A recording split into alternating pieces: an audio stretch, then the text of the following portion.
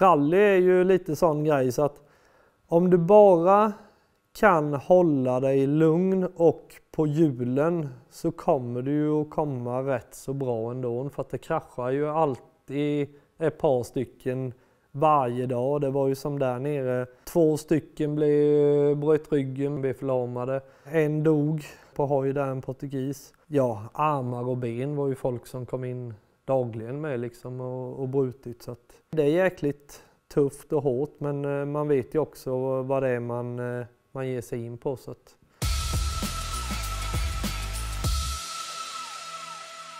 Det här är en KTM 450 rally. Replika kallas de faktiskt, för de riktiga rally är det bara fabriksåkarna som får då. Men de gör också ungefär 70 stycken till vanligt folk också då.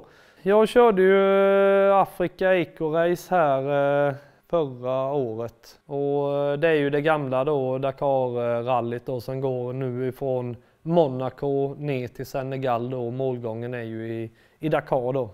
Den här var ju kanonfin då innan jag åkte. Allting var nytt och fint, nya dekaler, allt var tipptopp liksom. Sen hände det ju någonting då när man körde 850 mil, 600 mil rally, så att den här dynan var ju nästan ny då när jag började. Jag skulle ju då köra hela vägen ner och köra hela rallyt där. Men när jag började åka härifrån Vetlanda så kom jag till Växjö, det är 8 mil. Då började det göra ont i röven och då har jag kört 8 mil. Och fan gör jag nu? Alltså röven håller på att gå sönder liksom efter 8 mil. Hur fan ska det här gå? Men då var jag in på Mickes motor och fick tag i en sån här uppblåsbar sittkudde. Så den på med den och sen var det bara att åka. Så den hade jag mycket nytta av. Så den hade jag fastspänd här bak på rallyt med. Och sen då på transporterna då när de andra sitter så här och vrider och vänder på sig och försöker att hitta någon ställning som inte gör för ont. Då blåste jag upp min lilla kudde och sen satt jag som en kung sen. För att det är, när du kör så här länge och så mycket hela tiden så måste du göra allt för att spara den där stackars röven.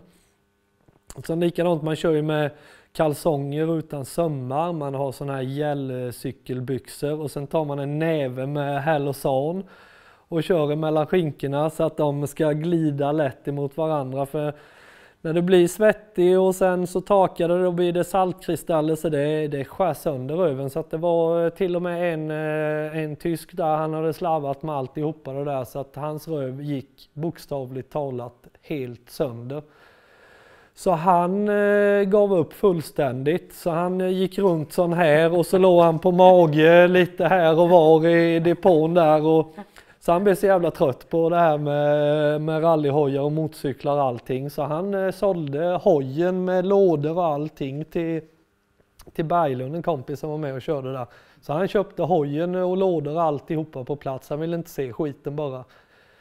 Så det gäller att man är snäll mot den där röven, alltså, för det tar skada. Och likadant med händerna.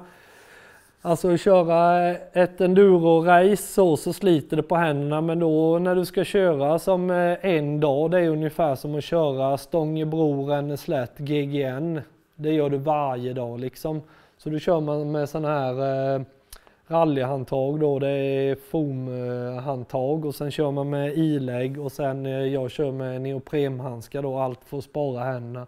Likadant så har man lite dämpning här i styrhöjarna då som tar bort en del utav vibrationerna. Och sen har man även en styrdämpare här då, så att de här snabba slagerna då när du kör på någon sten då, när det går fort, du ligger kanske i 140 där och kör på någon sten där, så hjälper det att ta emot slagerna där och hojen blir lite mer stabil då. Som i sanden då sitter man ju så långt bak så han ska bli så stabil som möjligt och sen bara vrida åt styrdämparna fullt och sen så står det sån här och så bara wow. Det här tornet, det är för att hålla då det här vi navigerar med, så att här sitter det en Eritrack. Den hyr man utav organisationen. Det finns lite knappar på den så att den håller koll på dig hela tiden var du är någonstans. Likadant om det händer någonting så kan du trycka in en knapp då, rescue, att då kommer en helikopter direkt till dig och rädda dig. Eller om det är någon annan som har blivit skadad då, så kan du trycka in rescue. För att de sitter och övervakar dig hela tiden vad som händer. Så att även att vi är mitt ute i öknen, mitt i Afrika, så är det säkrare än att köra hemma på grusvägen här. För att några minuter, sen är helikoptern där liksom. Så att och det är det mycket man betalar för, så är det säkerheten. Sen här då så har du rodbokhållaren. Den har du ju noterna då, så att det snurrar man ju på de här då. Sen har man ju även en knapp då som man kör de här elektroniskt. Här har du en trippmätare, så att när det står här på den trippmätaren här 1300, då ska du svänga vänster och sen ska du hålla det då på 166 grader. Här har du då den här digitala kompassen där du får graderna då, så när du har svängt här då ska det stå 166 grader i den här då. Så det är det man navigerar efter hela tiden, så att det är liksom ingen vanlig GPS som du följer, utan det är de här noterna hela tiden då som du följer. Och sen betyder de här olika grejerna då någonting det är på franska, så att då som man pluggar franska över till engelska till svenska, eller så gör man som jag, man bara hittar på lite vad de kan tänkas betyda. Och ibland blir inte det så riktigt bra. Sen de här tripparna, de kan man sköta på de här knapparna då, så att om du har kört fel någonstans då får du trycka då fram och tillbaka på den här trippen så att den stämmer igen. Här har vi en syren, så att när bilar eller hojar eller lastbilar kommer i närheten eller i sanddynerna då, så att det är någon på andra sidan, ja, lite olika, men en typ 200 meter, då börjar det pipa i den här. Så att ja, nu är det någonting framför eller det kommer någonting bakom. Ibland kör man ju genom byar och städer och sånt. Då har man ju hastighetsbegränsning då som kommer upp på rodboken, att här får du bara köra 50 km i timmen, och det håller ju den här reda på då.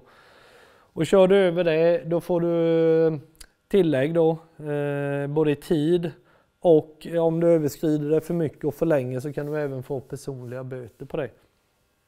Här sitter det som en GPS-enhet då. När du kommer till satellit-waypoints mitt ute i öknen, då kommer det upp en pil här då som visar vart du ska. Och då till den här waypointen, när du kommer inom en 200 meter så lyser den upp och visar, och sen pip pip, och då har du klarat den och sen ska du vidare på nästa not. Här då så har jag en första hjälpen-väska, och där måste du också ha med dig vissa grejer, nödfilt, du ska ha med dig en sminkspegel så du kan göra solkatter på helikoptern när de är ute och letar efter dig, och lite nödraketer och lite olika grejer då som de kräver organisationen då att du måste ha med dig.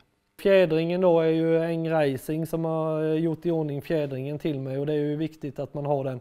Den här fjädringen är så grymt bra, för att det är så många situationer som kommer upp eftersom du aldrig vet vad du ska och vad som kommer hända i sanddyner och sånt. Allting ser helt platt ut i öknen, så kommer det dropp på, ja, ibland på 30 centimeter med någon hård uppkant. Ibland kan det ju vara liksom 20 meter en sanddyna bara droppar efter som du inte har sett. Och då är det fjädringen som hjälper dig när du kommer och kör. Jag vet inte hur många gånger den räddar livet på dig. Du kommer liksom 100 blås och sen bara helvete hinner du tänka, och du vet att du kommer krascha, men fjädringen är så bra så den hämtar uppåt och så bara, vad fan, jag lever fortfarande, jag trillar inte än. Så det är jätteviktigt med fjädringen, att den är schysst och i ordning. Och allting måste sitta perfekt och bra, liksom knäskydd, stövlar, allting måste sitta perfekt. För har du någonting du känner att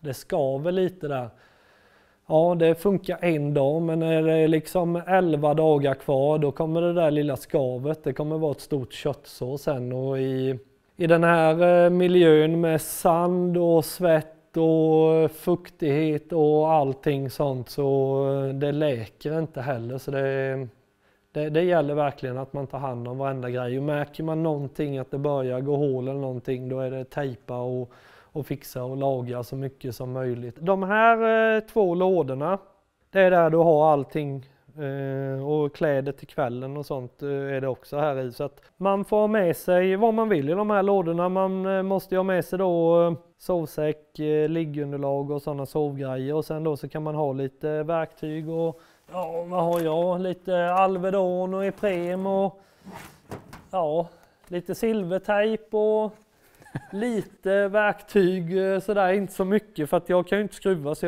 jag slipper ju ta med mig massa verktyg och reservdelar för jag vet inte vad jag ska ha dem till ändå. Alvedon och silvertejp? Ja, buntband med. Här har jag alla verktyg som behövs till denna hojen. Det är originalverktyg och sen lite sådana grejer som inte var med där i för att när jag skruvar med mina hojar så använder jag de verktygen som jag har med på hojen. Skruvar för då vet jag att ja, där behöver vi den och där behöver vi den. Så att det är inte så mycket, i alla fall till en KTM-cykel, jag vet inte hur det är till de andra hojarna men det är inte så många olika skruvar så att man behöver liksom inte ha med sig från 8 till 22 för att du har inte användning liksom, det är 6, 8, 10, 13 liksom som du använder på de här hojarna så att det är det som behövs. Så. Sen hade jag med mig, jag fick ifrån Outmeals här, det här är sådana mjukkonserver. För att man kommer i mål så är man hungrig som satan för att man äter liksom ingenting på dagen. Utan man får med sig ett litet lunchpaket ifrån organisationen och det är några ölkavar och några pannkakor och alltså ren skit egentligen bara som man får stoppa i fickorna så att när man har varit ute och kört 10 timmar där så är man lite småhungrig när man kommer i mål och har det gått bra så kommer man ju i mål lite hyfsat på eftermiddagen, kvällen där. Och då behöver man energi så det är sådana mjukkonserver som man stoppar i en påse, häller i lite vatten och sen blir det varmt. Nu behövdes det knappt inte för de var redan jättevarma när man öppnade lådan. Men i alla fall äta allting man kommer över så äter man. För man äter ju inte förrän kanske 9-10 på kvällen där serveras maten då i bivacken. Så då behöver man äta någon gång innan där. När det var så varmt där så låg jag på mellan 8 och 10 liter i vätska då. Man har en sån här camelback då, ryggsäck med 3 liter vatten i på ryggen. Så det låg jag på dagen så här och man pissar kanske 2-3 gånger eller någonting. Jag använde inte någonting i de här lådorna mer än maten men jag hade ju med mig något styre, vad det nu skulle vara till och jag mest bara gick runt här och den kanske man ska ha med en sån och balla i lite för att det skulle vara någonting i lådorna. Många har ju med sig och lägger väldigt energi på det där för det ska gå sönder men som sagt begriper man inte vad man ska göra med grejerna så behöver man ju inte ha med sig dem så det var väl en liten styrka jag hade kanske att jag inte fattar med det. På morgonen då packar du lådorna igen och sen så ställer du på dem på lastbilen. Och sen då så tar lastbilen dem till nästa bivack då. Man byter ju ställe varje dag hela tiden. Så då förhoppningsvis har lastbilen kommit fram med din låda innan du gör då. De åker ju asfaltsvägar då eller de vägarna som finns där nere. Ibland får de haveri så att då kanske de inte kommer förrän på natten och då kommer du inte åt din låda så du kan inte gå och lägga dig och du kan inte fixa hojen och du kan egentligen inte göra någonting. Det gäller att lägga dem på rätt lastbil och ha lite tur där med. För som sagt, har det gått sönder någonting och du går och väntar och de kommer in kanske vid 12 på natten och då har du några timmar framför dig och fixa och greja med hojen om det har hänt någonting. Och de är ju så jävla otympliga de här lådorna med så att de är för stora för att lyfta dem själva och för tunga så man måste ju vara 2 man med till att lyfta dem och lyfta upp dem på lastbilarna. För de här lastbilarna det är ju stora 6-hjulsdrivna Tatra-lastbilar så att lådorna ska ju upp här uppe och in i sina fack då. Så att då ska man hitta någon som hjälper en men det är också så här Malimoto då, där är ju alla som är lite team då för att de enda som får hjälpa dig med att skruva eller hjälpa dig med någonting det är de andra medtävlande. Så Jag får inte ta typ någon ifrån KTM-teamet till att hjälpa mig med min hoj om det skulle vara något. De kan säga hur jag ska göra men de får inte röra hojen. Däremot får någon annan medtävlande som kör Malimoto, han får hjälpa mig att skruva på hojen. Men man har ju oftast fullt upp, men i alla fall så kan man hjälpa varandra, men inga utomstående får hjälpa varandra. Och då blir det också att eftersom du inte vet vem du behöver hjälp mot så är man ju väldigt, och det är man alltid i rallyvärlden ändå, men är extra öppen och hjälpsam och trevlig mot alla för att du vet aldrig om det är han som kommer att hjälpa dig så du kommer i mål. Eller om det går åt helvete för dig att du kan hjälpa han till att komma i mål. Så att, det är väldigt hjälpsamt och trevligt, även att man är från alla möjliga länder runt om i världen. Jag rökar ju lite ibland då i depån där, så jag träffade på några japaner som gjorde detsamma. Hattori Hanzo! Vi kommunicerade lite fram och tillbaka och tjötade och hjälpte varandra och så här. Så att det är kul, man träffar mycket folk från hela världen och man blir kompis med där. Så japanerna där fick jag bra kontakt med, så att någon dag så ska jag över till Japan och köra hoj med dem där. Hur många gånger kraschade du då? Oj, det var många. Ja, minst 1-2 gånger om dagen var det nog, för att man ligger på gränsen och sen då du ska hålla koll på den här och se då vart ska jag någonstans, och då missar du någon sten eller någonting och då kraschar du. Och likadant så kommer det upp så här varningar då i rodboken. Det gjorde jag ju misstag då första dagen. Att jag var inte med lite på den, utan jag kollade i horisonten var de andra var någonstans och sen jagade däråt, och då missar man en sån här när det är 3 varningar då i rodboken. Då betyder det att man kan dö, och en sån missade jag då, och då är det en sån här flodfåra, en uttakad flodfåra, så att jag kommer alldeles för fort in i den och tänker att jag kan rädda det med att köra på bakhjulet över, så jag knäcker upp den, men stenarna är för stora så det bara pang. Och sen blev det svart. Och sen vaknar jag jämte hojen efter en stund, och då har jag slått i här någonstans eller i backen. Så jag har ingen luft och får verkligen ingen luft. Så jag tänkte, fan, nu har jag punkterat lungorna. Hopp, då blir det ingen målgång, då dör vi här. Jaha. Så jag står där och väntar på att jag ska dö, och sen så får jag i en nypa luft och då bara, ja, hur fan. Men det kändes ju som liksom 10 minuter utan någon luft, fast det kanske var 30 sekunder eller någonting. Men det var långa sekunder där, men, och då lugnar man ju ner sig och sen kör man lugnt en timme eller något, sen man har glömt bort det där och sen är det full gas igen. När man kör i öknen sådär då, hur är det att liksom bli omkörd av en lastbil? Det är väldigt spännande, och om du blir det, då har det inte gått så bra. För att på morgonen då startar ju hojarna först. Sen släpper de på fyrhjulingarna och sen släpper de på de här SSV side by side baggisarna. Sen bilarna och sist lastbilarna. Så när lastbilen kommer ifatt dig, då vet du att nu har det inte gått så bra den här dagen. Då har du varit ute och tittat mycket alternativrutter som inte har varit med på själva rodboken. Så en dag så blir det så att den här piper då 2 gånger om det kommer en bil. Och nu börjar den pipa 3 gånger.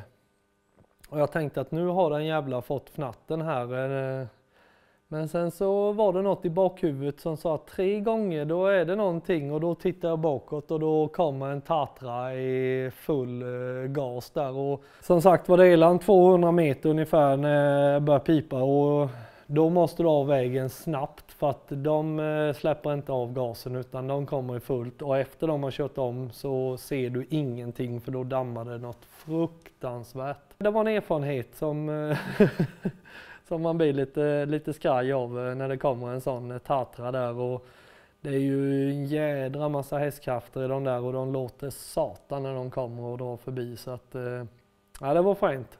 Då vaknar man också till för att när man kör så där mycket och länge, liksom när du ska hålla fokus och racea liksom i 40 mil, det är väldigt svårt att och hålla race mode uppe i så många timmar.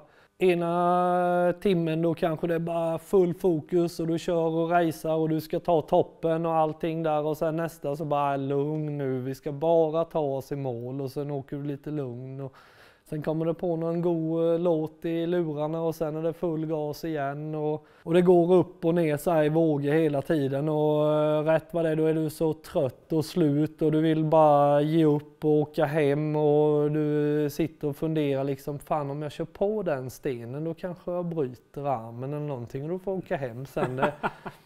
Och man upplever så mycket känslor, man är arg, man är glad, man är ledsen, man gråter utav glädje, och när de här helikoptrarna kommer då och filmar en och man hoppar upp på sadeln och knäcker upp på bakhjulet och känner sig som en riktig Dakar-hjälte.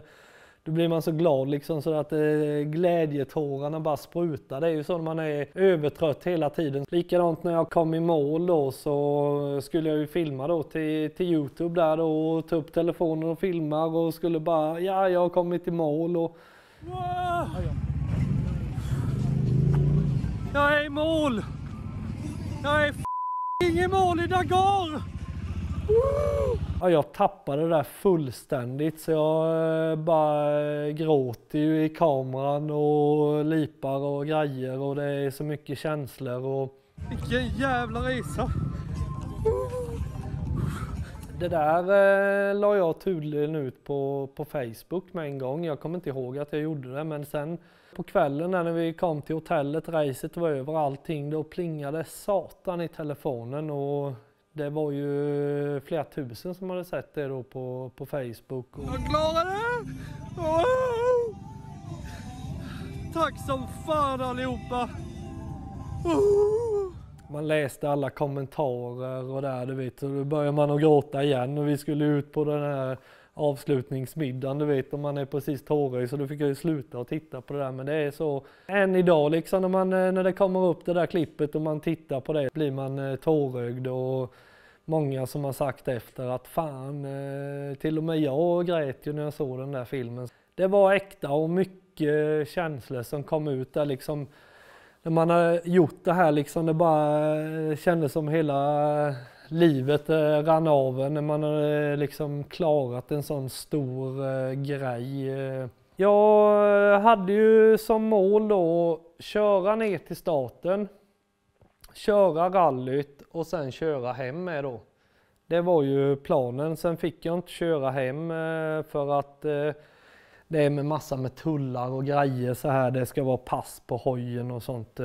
Så då vägrade de att släppa iväg mig när jag skulle hem där. Och jag försökte ändå med tävlingsledningen och muta henne, Veronique där, en liten söt dam, och tala om hur vacker hon var varje dag. Och jag bjöd henne på cigg och vin och grejer och försökte att smörja upp den där lilla fransosen. Men tyvärr det gick inte ändå.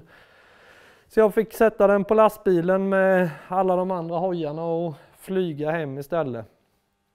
För det finns en annan svensk, Berra Markusson där. Han har ett år har han kört ner precis som jag gjorde, kört rallyt. Ett annat år så flög han ner, körde rallyt och sen körde han hem. Men det är ingen som har gjort båda vägarna, så att det blir en sån liten tävling som är kanske mycket viktigare än att komma bra i själva rallyt. Det är ju att spöa Berra då och köra både fram och tillbaka. Så att det är en litet mål jag har, att köra ner, och det är ju januari då. Och MC-mässan brukar ju vara i slutet på januari.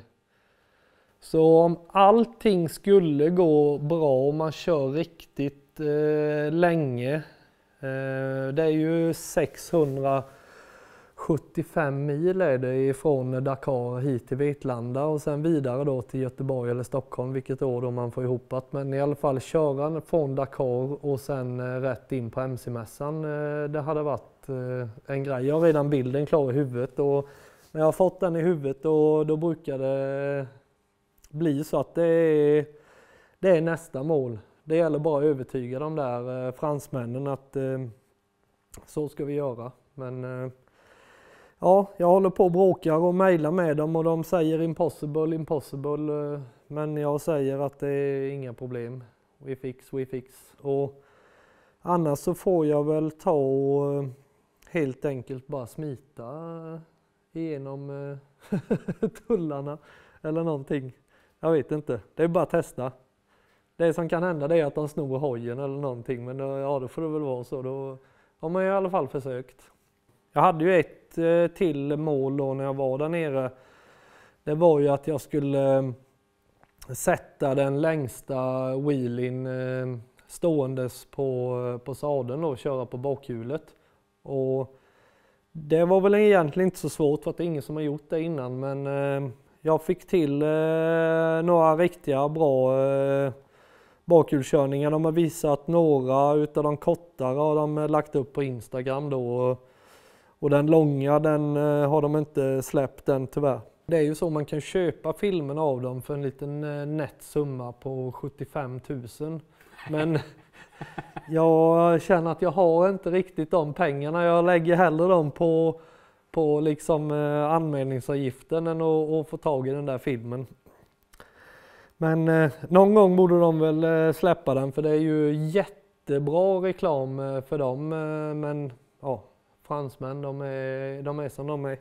Men jag tänkte så här, är det så att du ska åka Dakar igen så kommer jag jättegärna tillbaka och så får vi se om du har mer än Alvedon och silvertejp den här gången. Ja, jag tror inte det blir. Jag tror jag nästan har med mig lite mindre grejer än vad jag hade nu. För att de var tunga nog att släpa på de där lådorna och jag använde ingenting som var i dem. Så att ja, det kanske räcker med en låda. Och om man inte har grejer till att så kanske det blir ännu roligare historier när man springer runt och försöker att leta delar i Afrika där det inte finns så mycket att tillgå. Så att ja, vi ska nog få till något roligt när det blir av.